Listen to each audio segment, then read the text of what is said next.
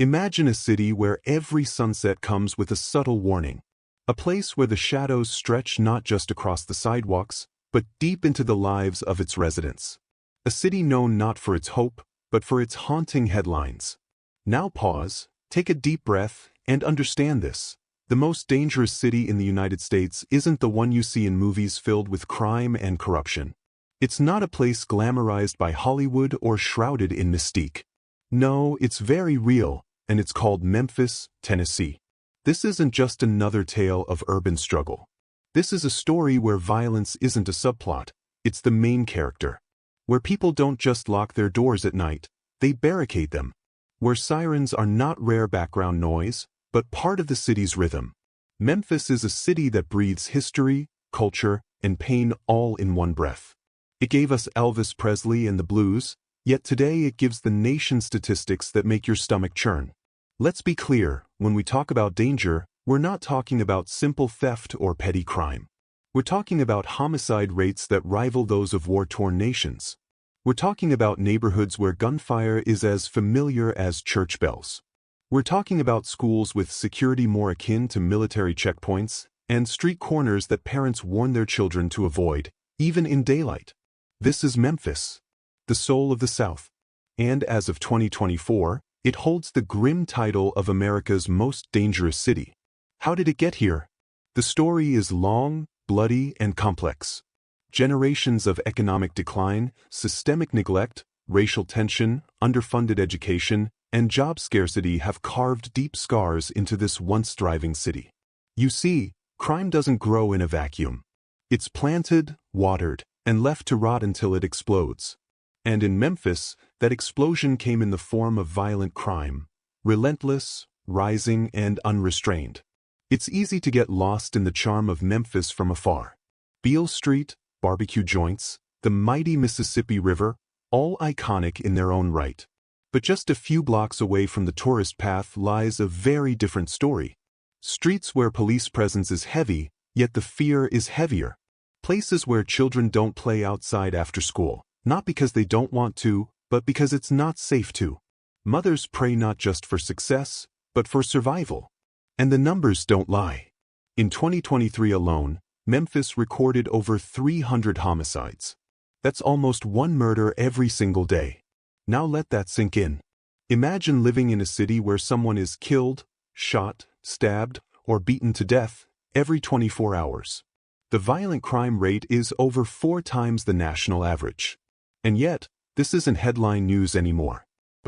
Because Memphis has become accustomed to the blood on its streets. But what does that do to a person's soul? To know that death is always nearby? It numbs you. It changes the way you walk, the way you talk, the way you raise your children. Survival becomes the new success.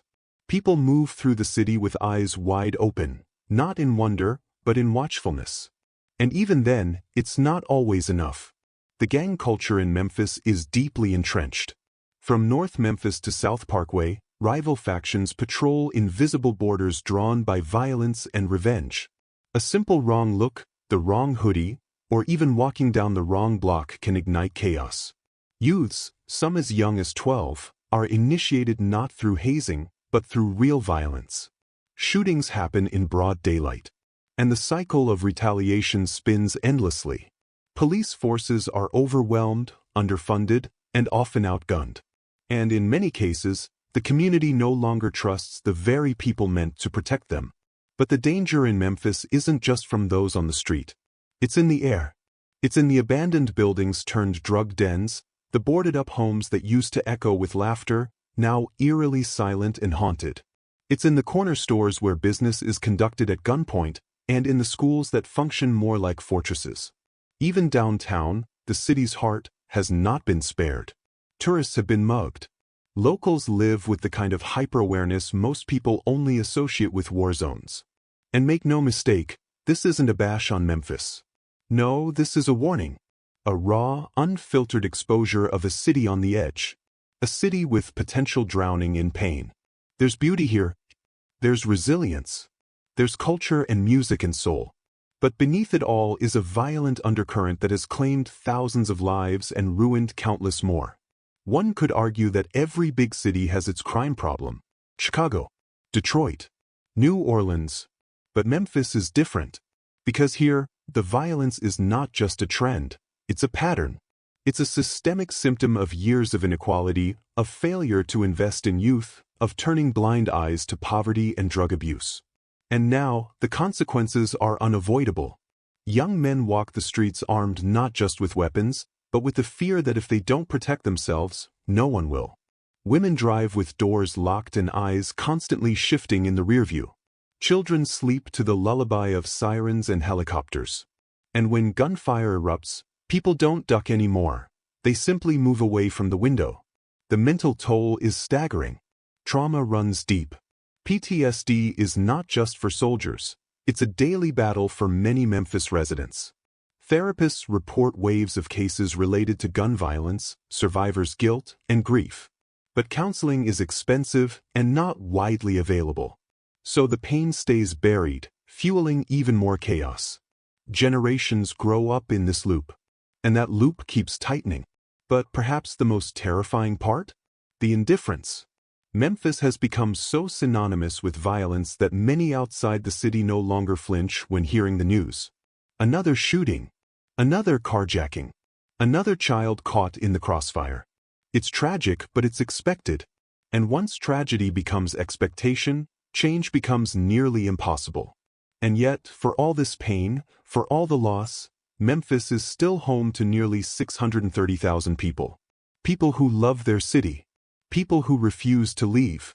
People who are fighting every day to reclaim their neighborhoods, protect their families, and rewrite the story. There are pastors mentoring young boys, mothers forming neighborhood watch groups, teachers giving everything they have, hoping their students don't become statistics. There is hope here, but it's exhausted.